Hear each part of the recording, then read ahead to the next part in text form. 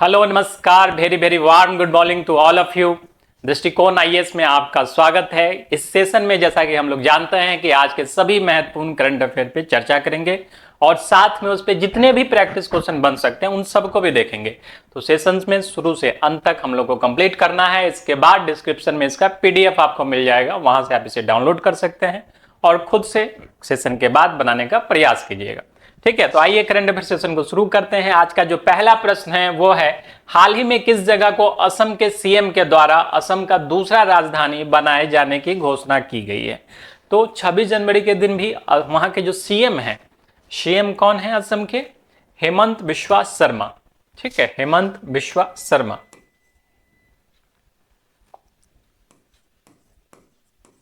हेमंत बिस्वा शर्मा, ठीक है, बीजेपी के काफी कद्दावर नेता माने जाते हैं, काफी कट्टर नेता हैं और जिस तरह से यूपी में विकास हो रहा है उसी तरह से असम में भी जो है विकास करने का प्रयास करते हैं। तो हेमंत बिस्वा शर्मा ने 26 जनवरी के दिन भी कहा था कि अब जो है असम का एक और कैपिटल बनेगा, ये होगा डिब्रूगढ़।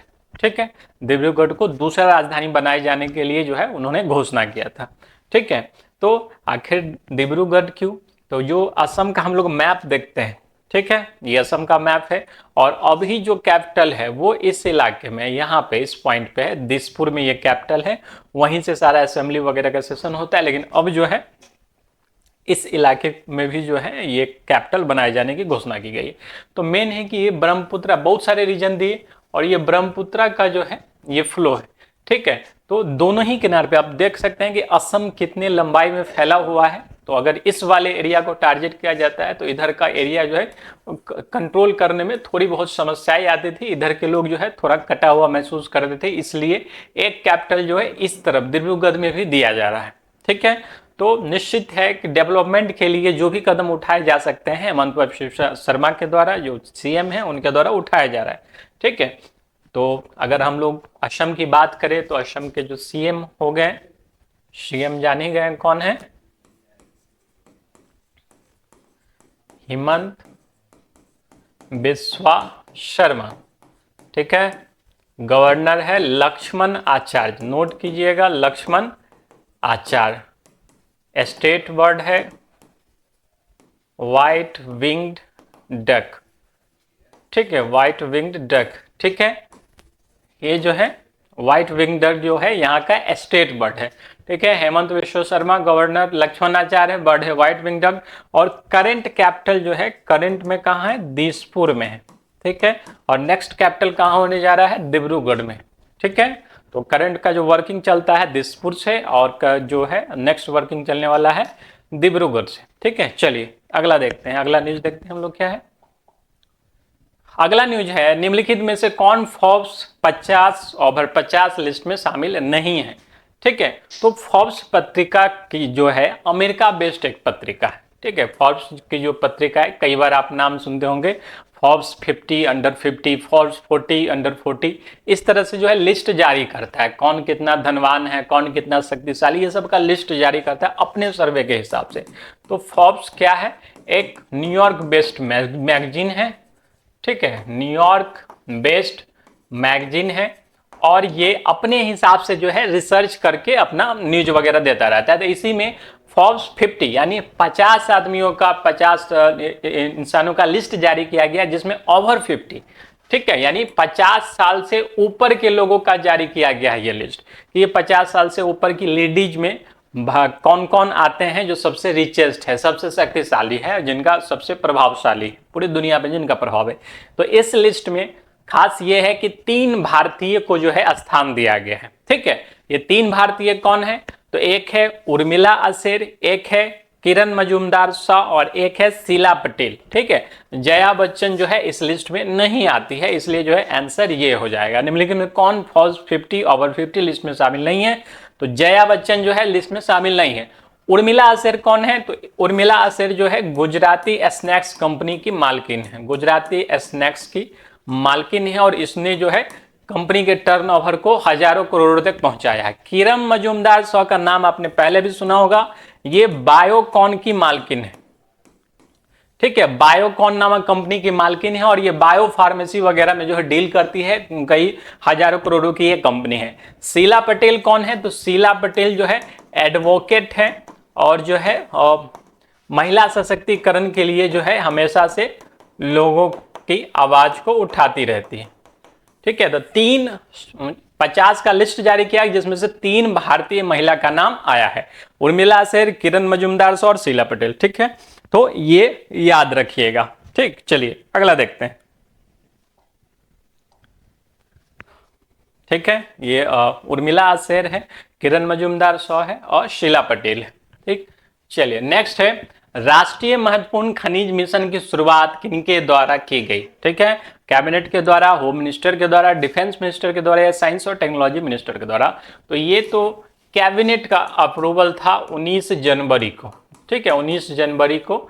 तो राष्ट्रीय महत्वपूर्ण खनिज मिशन, महत्वपूर्ण खनिज क्या हो गया? Critical minerals. क्या हो गया? Critical minerals. ठीक है, जो देश में बहुत सारी चीजें ऐसी बनती है जिसके लिए मिनरल्स की आवश्यकता होती है, जैसे कि सिलिकॉन वगैरह की, लिथियम की आवश्यकता होती है। जितने मोबाइल फोन्स वगैरह होते हैं लिथियम बैटरी वगैरह का यूज होता है, और भी जितने भी ईवी बन रहे हैं, इलेक्ट्रिक व्हीकल बन रहा है, उस समय भी लिथियम बैटरी वगैरह का यूज होता है।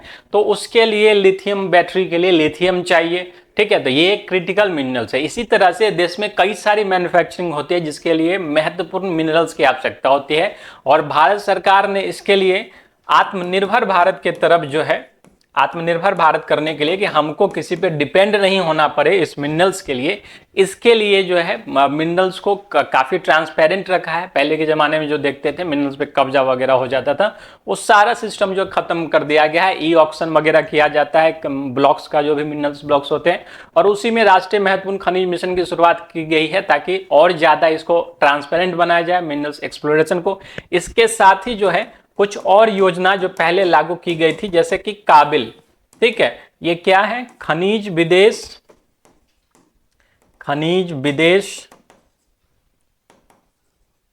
India limited.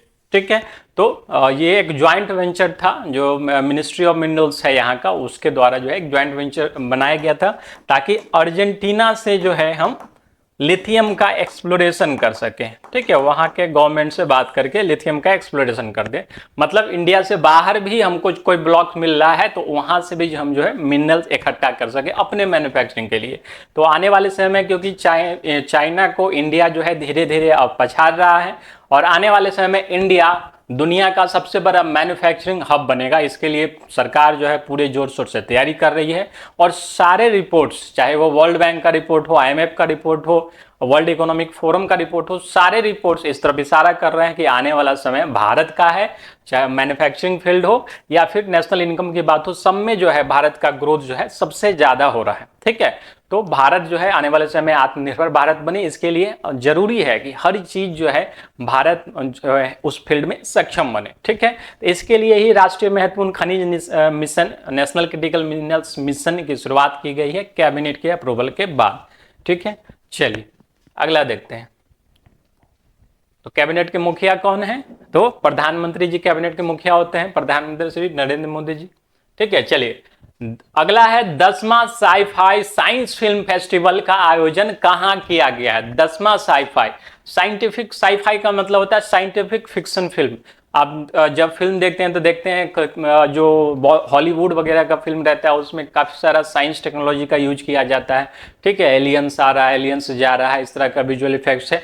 तो उस तरह के फिल्मों को प्रमोट करने के लिए जो है साई-फाई साइंस फिल्म फेस्टिवल जो है मनाया जाता है हर साल।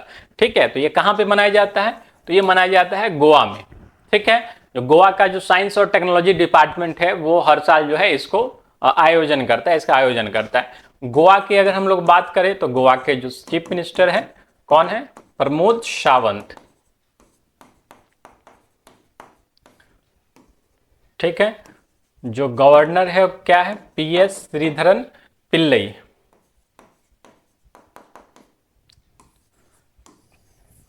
ठीक है, तो ये साई-फाई फिल्म फेस्टिवल कहां पे आयोजित किया जाता है? गोवा में आयोजित किया जाता है। याद रखिएगा, साई-फाई का मतलब क्या हो गया? Scientific fiction film. ठीक है, चलिए अगला देखते हैं हम लोग। ये इनॉग्रेशन हो रहा है, ये गोवा के मुख्यमंत्री प्रमोद सावंत हैं। ठीक है, चलिए नेक्स्ट देखते हैं।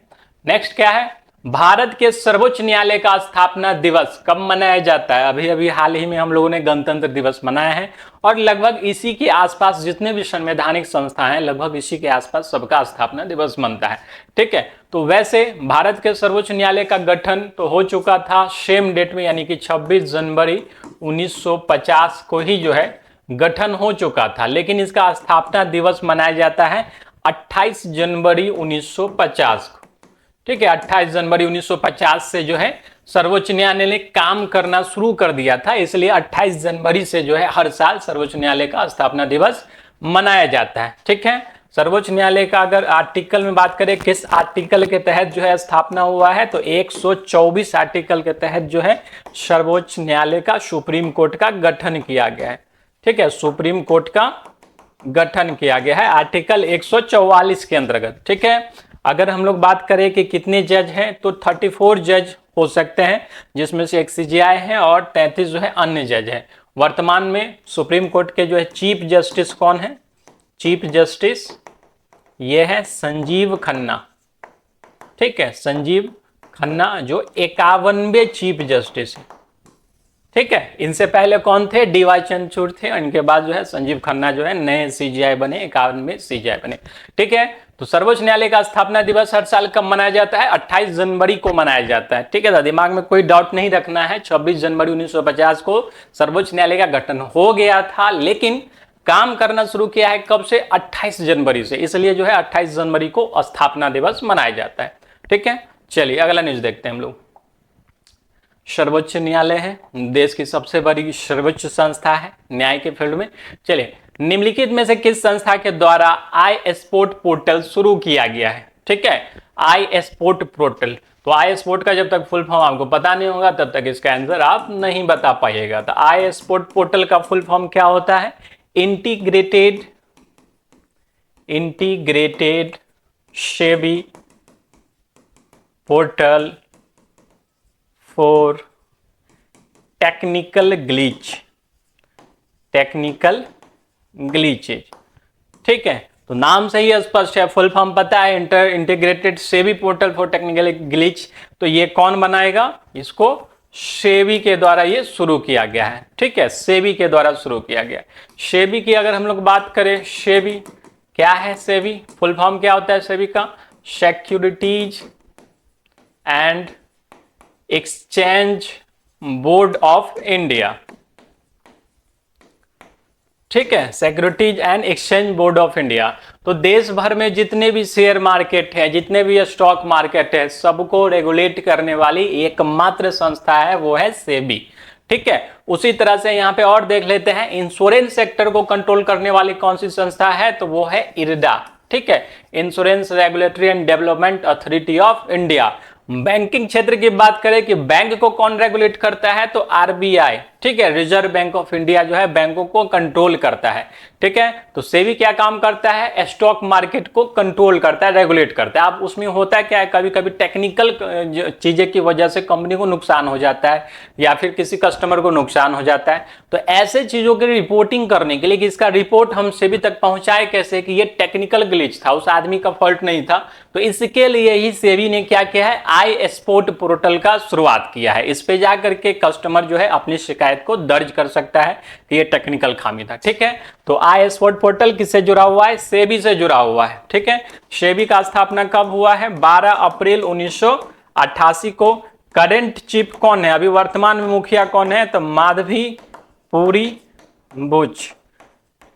ठीक है, इन पे जो है कुछ समय पहले भ्रष्टाचार का आरोप लगाया गया था हिंडनबर्ग संस्था के द्वारा, विदेश की एक संस्था के द्वारा, जो संस्था ही अब बंद हो गई है। ठीक है, उस संस्था का काम ही था बस आरोप लगाना और आरोप लगा के किसी देश की अर्थव्यवस्था को नुकसान पहुंचाना। कई बार आरोप लगाए हैं। ठीक है, लेकिन दुख की बात यह है कि आरोप लगाने के बाद बाहर के लोग आरोप लगाते हैं और अपने ही देश के राजनीतिक पार्टियां जो है हो हल्ला मचाती है विदेश के रिपोर्ट के आधार पे। ठीक है, चलिए अगला देखते हैं हम लोग।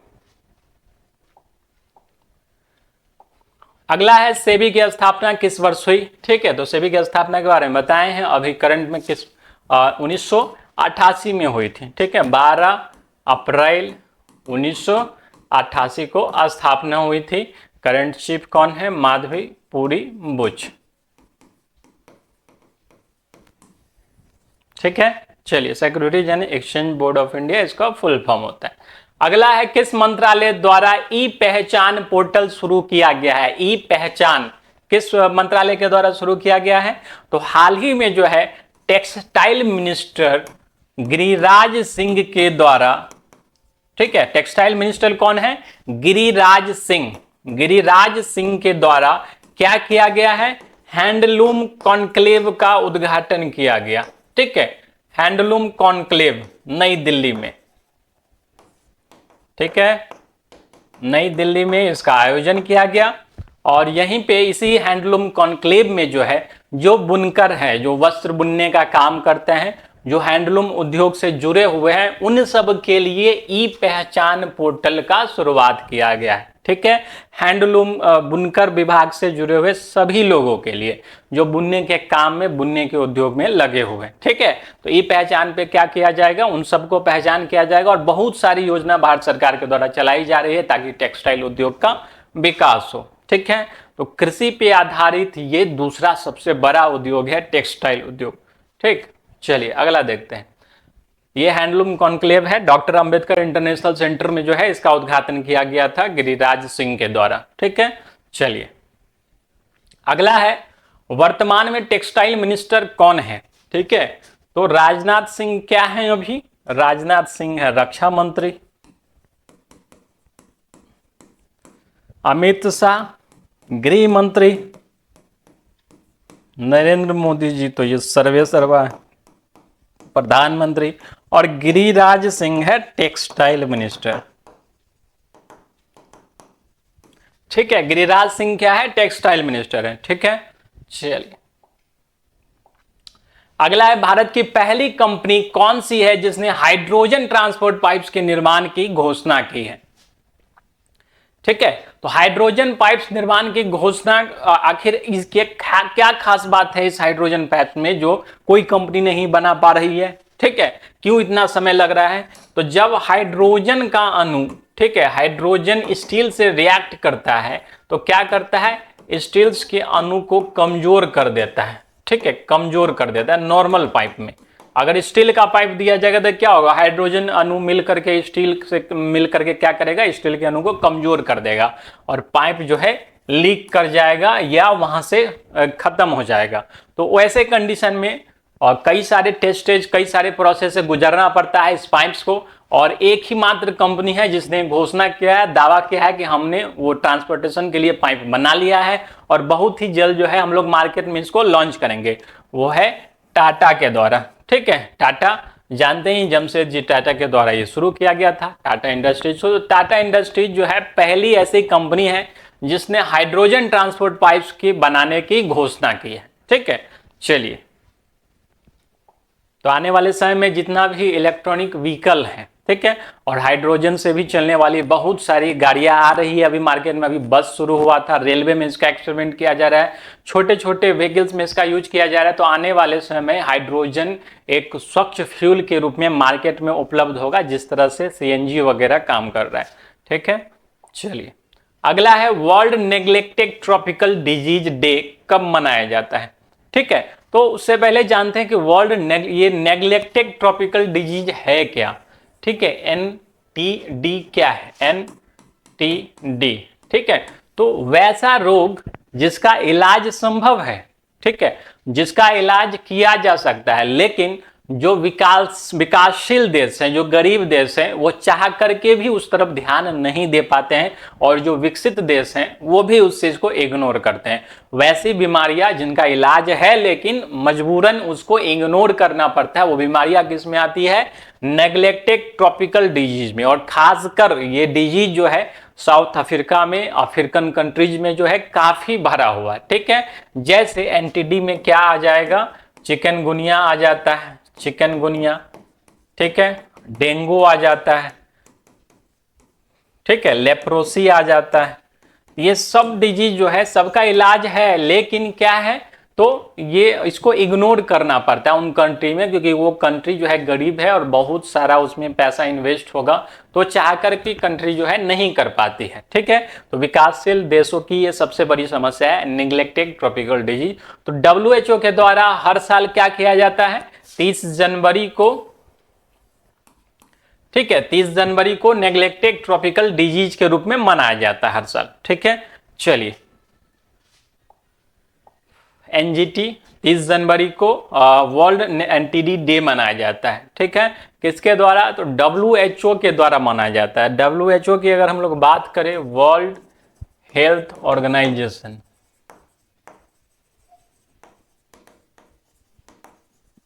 ठीक है, वर्ल्ड हेल्थ ऑर्गेनाइजेशन 7 अप्रैल को जो है इसका WHO का गठन किया गया था, और तब से 7 अप्रैल को क्या है, वर्ल्ड हेल्थ डे मनाया जाता है।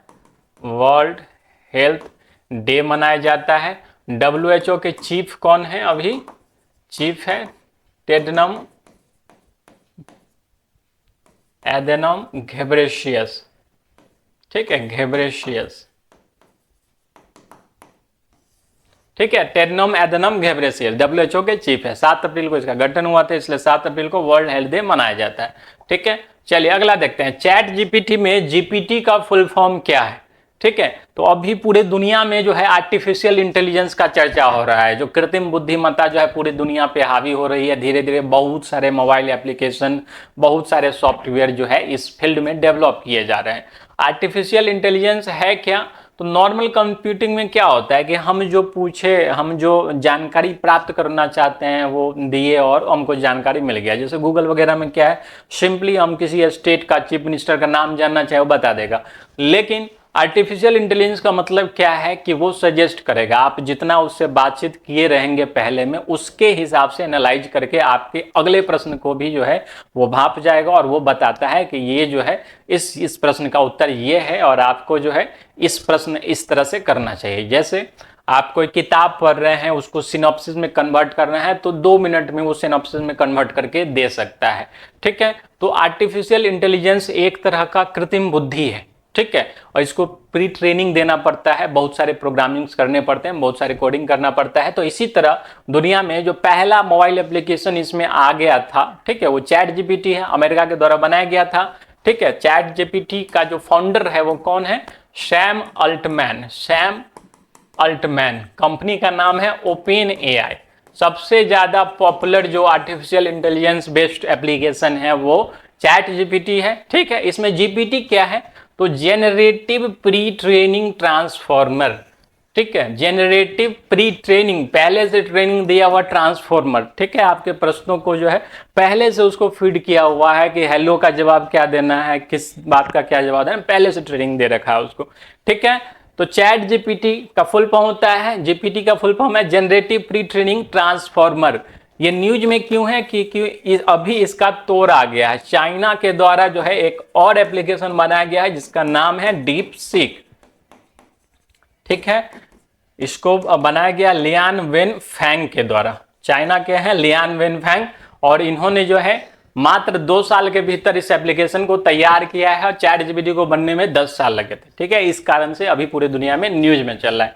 तो याद रखिएगा, चैट GPT के जो निर्माता है वो है सैम अल्टमैन, और डीप सीक के जो निर्माता है वो है लियान वेनफेंग। ठीक है, डीप सीक चाइना का है और चैट GPT अमेरिका का, यूनाइटेड स्टेट का है। ठीक है, चैट GPT में GPT का full form generative pre training transformer होता है। ठीक, चलिए अगला बढ़ते हैं हम लोग। जनवरी में इसरो द्वारा NVS-02 का प्रक्षेपण कौन सा था, 99वां, 100वां, 55वां, 501वां। तो ये जो है 100वां जो है प्रक्षेपण किया गया था NVS-02 के द्वारा। अब NVS-02 सैटेलाइट क्या है, तो ये नाविक सीरीज का सैटेलाइट था। नाविक सीरीज का सैटेलाइट था। नाविक क्या है, तो इंडिया का अपना स्वदेशी नेविगेशन सिस्टम। ठीक है, नेविगेशन सिस्टम। नेविगेशन सिस्टम क्या होता है, तो जिस तरह से आप मैप वगैरह का यूज करते हैं, तो मैप में कौन सा स्थान कहाँ है इसका ग्लोबल पोजीशनिंग होता है। ठीक है, कहाँ पे जो है आप खड़े हैं, क्या कोऑर्डिनेट है, कहाँ पे कौन सा पैलेस है, इस सब के लिए मैपिंग की जाती है, ग्लोबल पोजीशनिंग की जाती है। और भारत जो है जीपीएस तो दूसरे देश का है, भारत क्या किया, अपना स्वदेशी बनाया है और उसका नाम रखा गया है नाविक। खास करके ये टारगेट किया गया था जो मछली पकड़ने के लिए मछुआरे जाते हैं तो कभी कभी बाउंड्री क्रॉस करके दूसरे देश में चले जाते हैं, उन सब के बेहतरी के लिए जो है इस सिस्टम को डेवलप किया गया था। ठीक है, तो लैंड पे भी काम करता है और मैरीटाइम में भी ये काम करता है, नाविक। इसी में इसमें 7 सैटेलाइट भेजने थे। ठीक है, 7 सैटेलाइट भेजने थे, जिसमें ये कौन सा है, ये दूसरा सैटेलाइट था, NVS-02। इसरो की बात करें अगर हम लोग तो इसरो, ठीक है, Indian Space Research Organisation, Indian Space Research Organisation. ठीक है, स्थापना कब हुआ है, 15 अगस्त 1969 को। ठीक है, 15 अगस्त 1969 को इसका स्थापना हुआ इसरो का। वर्तमान में चीफ कौन है इसके, वर्तमान में चीफ है वी नारायण। ठीक है, वी नारायण। पहला जो लंच हुआ था 73 में हुआ था, तब से लेकर के अब तक जो है 100 लंच हो चुके हैं। इस 100 लंच में 500 से ज्यादा सैटेलाइट लंच किए गए हैं, जिसमें से 400 से ज्यादा सैटेलाइट विदेशों के लिए थे। ठीक है, तो इसरो का एक बहुत बड़ा अचीवमेंट था, एक दिन था जब 1963 में एक चर्च से जो है इसरो ने इससे प्रक्षेपण की शुरुआत की थी। केरल के तिरुवनंतपुरम के थुम्बा नामक गांव में एक चर्च है, वहीं से जो है इसरो का पहला प्रक्षेपण हुआ था। तो आपने फोटो देखा होगा, साइकिल पे जो है वो सैटेलाइट के टुकड़े को लेकर के जा रहे हैं। तो सभी को बैलगाड़ी से, साइकिल से, ट्रैक्टर से जो है उन सैटेलाइट के टुकड़े को ले जाया गया उस चर्च में, वहां जाके असेंबल किया उस रॉकेट को और तब वहां से जो है लॉन्चिंग की गई। तो इसरो का एक वो दिन था और एक आज का दिन है जो पूरी दुनिया जो है आज इसरो का लोहा मानती है। ठीक है, चलिए अगला देखते हैं हम लोग। अगला है नगोबा यात्रा किस राज्य का जनजातीय महोत्सव है। ठीक है, तो नगोबा यात्रा जो है भारत का दूसरा बड़ा जनजातीय महोत्सव है, सेकेंड हाईएस्ट जनजातीय महोत्सव है। ठीक है, ये है तेलंगाना का। ठीक है, तेलंगाना का है नगोबा यात्रा, तेलंगाना का। ये 10 दिवसीय ये पूजा है। ठीक है, इसमें क्या है, कोबरा की पूजा की जाती है, कोबरा, किंग कोबरा, उसकी पूजा की जाती है मेनली। ठीक है, देश का दूसरा सबसे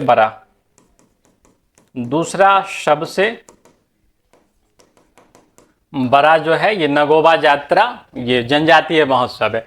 जो आप कहेंगे भारत का सबसे बड़ा जनजातीय महोत्सव कौन सा है, तो वो भी शरालम्मा है, वो भी तेलंगाना का ही है। ठीक है, चलिए तेलंगाना के जो सीएम है, क्या नाम है इनका, रेवंत रेड्डी।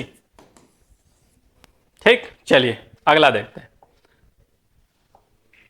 आईसीसी महिला क्रिकेटर ऑफ द ईयर 2025 का अवार्ड किसे दिया गया है। ठीक है, तो आईसीसी महिला क्रिकेटर ऑफ द ईयर का अवार्ड दिया गया है इस बार अमेलिया केर को। ठीक है, इस बार 2025 का जो अवार्ड है ये मिला है अमेलिया केर को। अमेलिया केर किस देश की खिलाड़ी है, तो ये न्यूजीलैंड की खिलाड़ी है। ठीक है, न्यूजीलैंड की खिलाड़ी है, महिला क्रिकेटर ऑफ द ईयर 2025। अगर पुरुष की बात करें, ICC cricketer of the year 2025 male में, तो मेल में मिला है भारत के जसप्रीत बुमराह को।